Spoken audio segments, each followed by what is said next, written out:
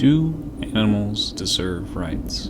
Well, my first thought is yes, of course they do. Of course animals deserve rights, but it's not that simple. It's never that simple.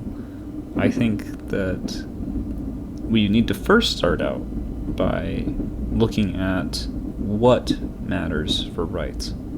Why do humans always get the rights, but then not certain animals?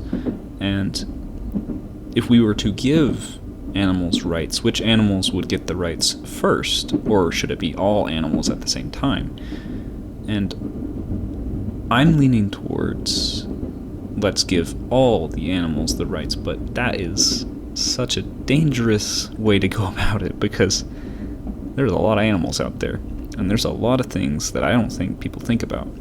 So, firstly, do cows and pigs and horses and all these other large animals, do they deserve rights? Most people will say, yes, of course. That's why I'm a vegan, I don't participate in that cruelty and blah, blah, blah. Well, that makes sense because it has a face and it has a voice and it's a mammal and it's like you and you feel bad for it and all that. It deserves rights just as a human would. But it gets more complicated when you start scaling down the size, or you start making it more abstract. So a cow might deserve rights, but what about a bat? Does a bat deserve rights? And a lot of people would say yes. What about birds? Yes. What about a mouse? Yes. But then, at that point, you might have already lost some other people because, well, mice are pets. Well, they're pets, but they're also pests. And a lot of people relish the thought of killing these animals because of them being pests. And they wouldn't want these animals to have rights, because if the mice that are in your house, in your storage bin, are being now protected by international law because they have rights and you can't get rid of them or kill them, well, a lot of people aren't going to be too keen on that. So, I don't know what we'll do at that point, but it gets even more crazy if you go past that point.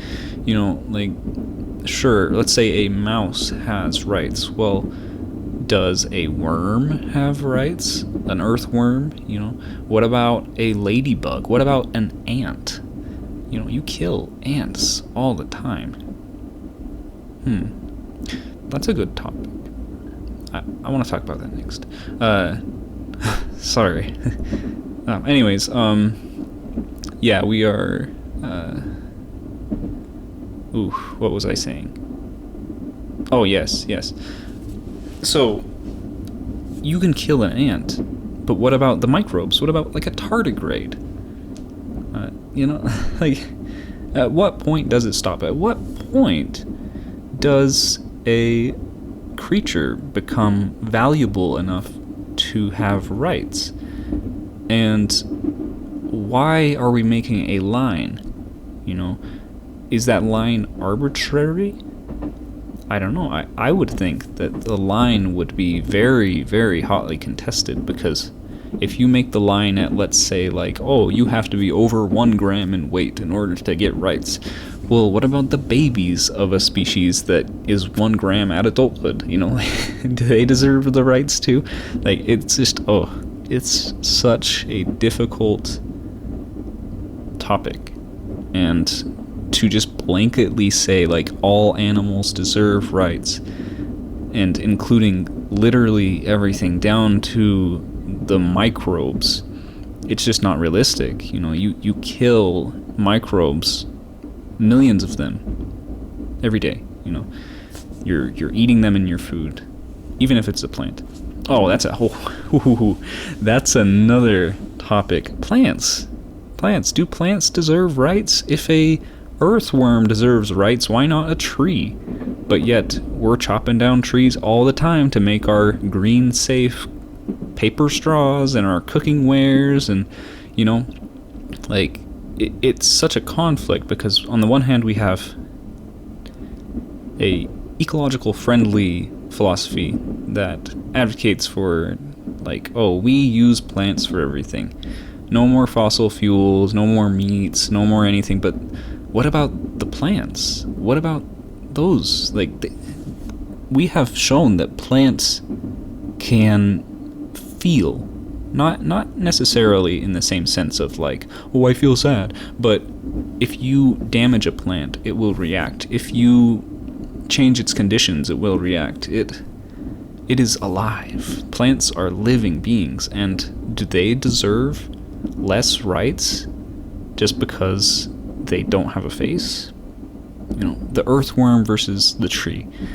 It's such a bizarre thing to think about right now, but at the end of the day, it's something that we will have to confront, because when we start talking about the rights of animals, it needs to go somewhere.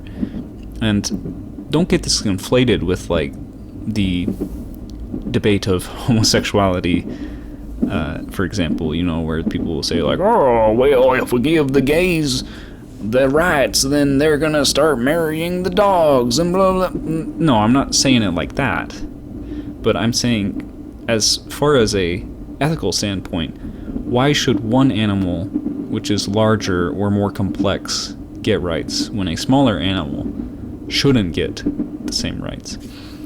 And is that unethical to do so? Also, we need to keep in mind that different animals may have different mental capacities, even if they're smaller. So a mouse, you know, is a lot smarter than, let's say, I don't know, like a hippo or something. I don't even know if that's true or not, but, you know, why does the hippo deserve rights and the mouse does not, just because the hippo is large? And then, oh, there's another thing. Also, if the species is endangered, does that mean they deserve more rights? And you get the point. Anyways, yeah. What was I going to talk about? Oh, yes.